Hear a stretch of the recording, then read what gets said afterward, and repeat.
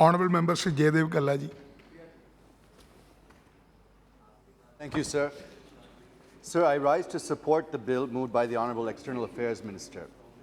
The objective of the bill is limited. It seeks to ban funding for weapons of mass destruction and gives power to the Union government for appropriate action against the culprits under the provisions of the WMD Act. Sir, I have a few quick points I would like to make. Here I would like to appreciate first the foresight of our former Prime Ministers, Srimati Indira Gandhi and Sri Atal Bihari Vajpayee ji, in making India a nuclear state, sir. The reason I say this is because as we see what's happening in Ukraine, which remained a non-nuclear country since it believed the assurances given to it by the Western NATO and gave up its nuclear arms. But looking at the current situation, the Ukraine question arises. The question arises, would Russia have attacked Ukraine if Ukraine had possessed nuclear weapons? And conversely, could Russia have attacked Ukraine if Russia didn't have nuclear weapons with the confidence that it wouldn't be countered by the rest of the world? Sir, the traditional arguments for nuclear non-proliferation have been somewhat disproven with this current case. Along with the New World Order, we also need a new paradigm or a new nuclear doctrine, not only to avoid mutually assured destruction, which is what between nuclear powers, which was the case in earlier days, but also how do we assure that non-nuclear countries of their sovereign rights? How do we prevent nuclear countries from misusing their nuclear threat to bully smaller non-nuclear countries? This needs to be addressed by the world at large, and India has a leading role to play in defining this, sir, going forward. Sir, what is the future of non-proliferation really needs to be carefully examined, understood, and a new paradigm needs to emerge, sir. Sir, one clarification I wish to seek is that the proposed insertion of Clause 12A appears to be a little vague. Here you are saying no person shall finance any activity prohibited under this Act or under the UN Security Council Act 1947 or any other relevant act for the time being in force. I think this appears to be a bit vague, as we have not mentioned which are the relevant acts under which you propose to take action. So I suggest for consideration of the Honourable Minister to attach a schedule to this bill and list out the acts, agreements and conventions, etc., which come under the purview of this legislation. The next point I wish to make is relating to India's full support and effective implementation of the Chemical Weapons Convention and strengthening the Organization for Prohibition of Chemical Weapons and the mandate given to it. And at the same time, we are also voicing our support for institutional strengthening of the Biological Weapons Convention and BAT for legally binding protocol. But if you look again at the ongoing Russia-Ukraine armed conflict, we have seen umpteen times statements coming from Russia about the use of chemical weapons and Ukraine claiming that Russia may use biological or chemical weapons and at any time. So does this not defeat the very convention and objective which India and other countries are pursuing? If signatories to the convention are blatantly breaking it, then what is the use of this convention, sir?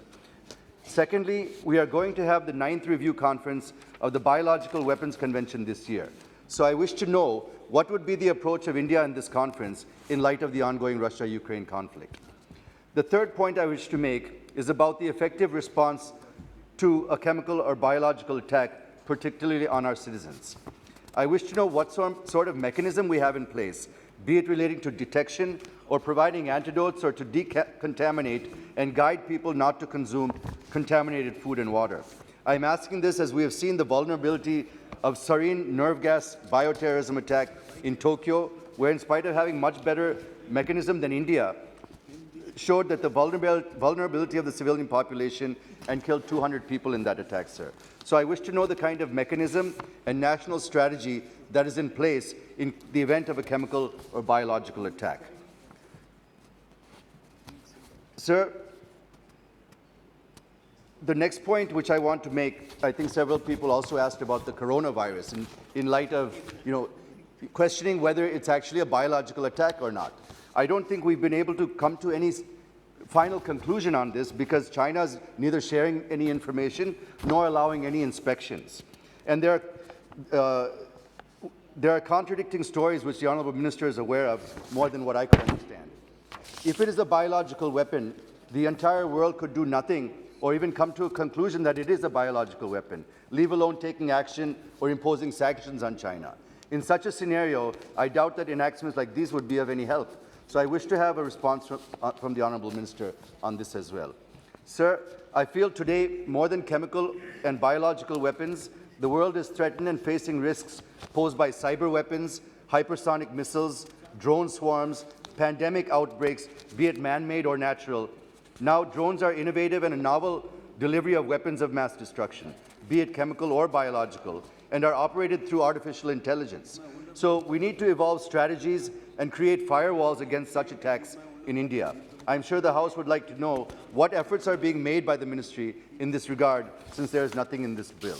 Sir, finally, I am fully with the Honourable Minister and the Government to ruthlessly crush financing any activity which, even in the remote possible way, is trying to help any activity to prepare or produce or help in making weapons of mass destruction and their delivery. But I just wish to seek one clarification. In the pursuit of India's national interest and for more benevolent use of such technologies, scientific research must have been taking place on such technologies. And the Honourable Minister is aware that sort of R&D is critical for this country.